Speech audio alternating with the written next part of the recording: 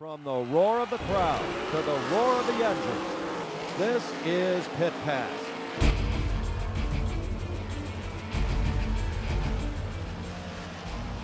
Pit Pass is brought to you by Aaron's of State College on the Benner Pike, by W.R. Hickey Beer Distributor, celebrating 80 years, and by Pocono Raceway, the Tricky Triangle. Here are your hosts, Ron Fox and Jan Miller. Hello, and thank you for joining us for this edition of Pit Pass here on WHVL. We like to bring you things like highlights, interviews, and results. But this week, we have to bring you some news about a local track. Well, after our show aired last week came the announcement that Dog Hollow Speedway was closing effective immediately. Citing economic factors, track owner Jim Mickney has put the brakes on racing at the Indiana County Speedway, which he has operated since 1997. Car counts and attendance has decreased in the past few weeks. I personally would like to thank Jim and Sharon Mickney and their staff for their hospitality and cooperation throughout the years. Yes, and now I know there's an awful lot of disappointed drivers and fans, but hopefully the Speedway will open up in the future. For right now, though, we're down one less track for a Friday night. Now this Friday, we were at Bedford Speedway, where one of the highlights was the URC 360 Sprints. Chad Trout in the red number 7 led the 21-car field to the green of their 25-lap event and led the early stages of the race. Back in the pack, we have a duel between the X of Dan Mazey and Jonathan Swanson. The driver to watch was the 89 of Robbie Stillwagon. The winner of 2 of the first 4 URC events, Stillwagon started 11th but charged quickly through the field. Back up front, Trout kept some distance between himself and Davey Franek. Behind them, Scott Lutz in the 33 and 65 Dave Ely raced for the 5th position. By lap 7, Ely is in 4th while Stillwagon takes away 5th from Lutz. A couple of laps later, Ely would be Stillwagon's next victim as they charged down the backstretch. Even as Trout began to lap traffic, he maintained a decent lead on Franek. However, by the halfway point, Stillwagon had moved up to 3rd after getting by J.J. Grasso. Now keep in mind, Stillwagon started 11th and had not had any cautions to aid him in his march to the front. Through 3 and 4, he worked his way under Franek and into the runner-up spot while closing on Trout. As they go into 1 and 2, Stillwagon briefly pulled even with the 7 machine. Off of the turn, Trout pulls away from the 89. As they set up for turn 3, Stillwagon shoots underneath Trout. Now they are coming up on the 56 of Randy West. Down the front chute, Trout makes a little contact with West, slowing his momentum. Stillwagon then grabs the point. Then Trout works under him off of turn 2 to regain the lead. A lap and a half later, Stillwagon tries the outside through 3 and 4. As they begin the 18th lap, Stillwagon uses the top side of 1 and 2 and takes over the lead. While Stillwagon began to pull away from Trout, back in the pack, Mazey and Lutz had a spirited battle for the 6th position. Mazey would take his X-Ride to the inside of Lutz to secure the position. Robbie Stillwagon would go unchallenged the rest of the way to take the checkers in the 25-lap caution-free event, his 3rd URC victory of the season.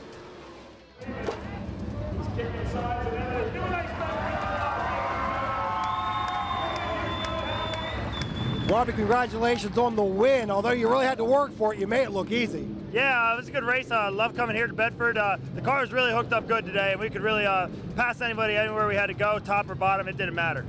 Yeah, you and Trout had a pretty good battle there. Yeah, we got in lap traffic there. He got kind of bottled up there, but we could. I think we would have got him either way, whether he got bottled up or not. We were really good tonight. Yeah, I'd like to say as a fan, thank you for putting on quite a show. Yeah, well, it's good to see a great crowd here tonight. You know, we always like to entertain the fans, and that's why we're really here, is to entertain the fans.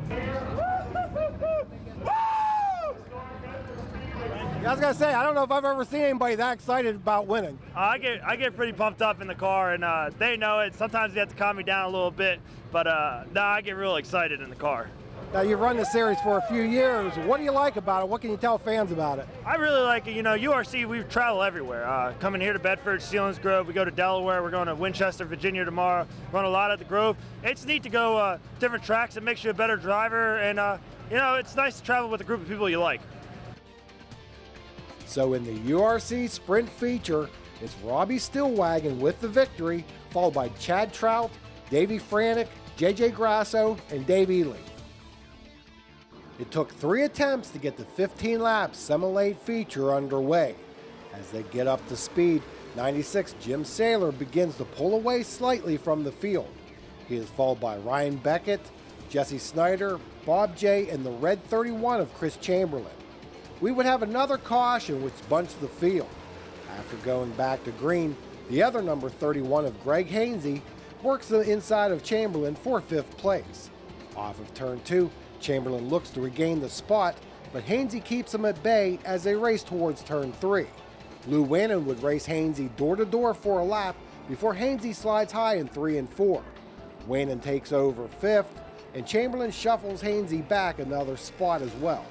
Chamberlain would get turned around on the same lap in turn 2, but rejoin the field while Bob J retires. So with 8 laps down, we have another restart. Again, Saylor leads the field into turn 1. Snyder looks under Beckett, while Hainsey and Wannon race for the 4th spot. We would have another caution 2 laps later. Back under green, Wannon takes 3rd from Snyder through turns 3 and 4. A lap later, Wannon takes a shot at Beckett. They are virtually dead even at the line. Going through 1 and 2, Wannon makes it stick on the bottom to clear Beckett for 2nd place.